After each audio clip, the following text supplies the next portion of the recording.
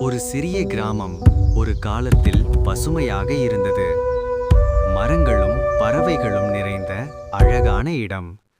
ஆனால் காலப்போக்கில் மக்கள் பல மரங்களை வெட்டத் தொடங்கினர். மெல்ல மெல்ல கிராமம் வெறிச்சோடத் தொடங்கியது. முடிவில் ஒரே ஒரு மரம் மட்டும் மீதமிருந்தது. அந்த மரம் ஒரு விவசாயியின் நிலத்தில் இருந்தது. ஒவ்வொரு நாளும் அந்த விவசாயி அந்த மரத்தின் நிழலில் ஓய்வெடுத்தார். ஒரு நாள் அவர் நினைத்தார், இந்த கடைசி மரமும் இல்லாமல் போனால் எங்கள் கிராமம் முழுவதும் அழிந்துவிடும்.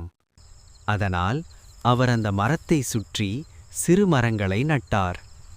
நாட்கள் கடந்தன, மழை பெய்தது, சிறு செடிகள் வளரத் தொடங்கின. சில ஆண்டுகளில் கிராமம் மீண்டும் பசுமையாக மாறியது.